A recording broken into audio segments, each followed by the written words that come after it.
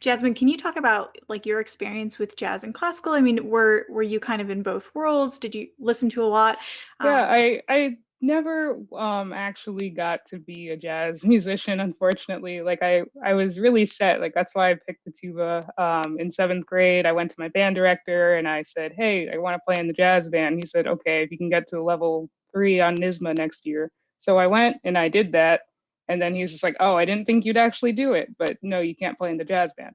So I played a little bit in high school on euphonium, but I didn't really have much like solo experience. Most of my like popular music background's been through being a vocalist, like singing in gospel choirs and stuff like that. I'd love to hear you talk a little bit about like being a vocalist and performing and maybe like how one influences the other. Yeah. Well, I think my vocalist like side is really important to my personality, but unfortunately I haven't been able to explore it too much like since I've been in my master's degree.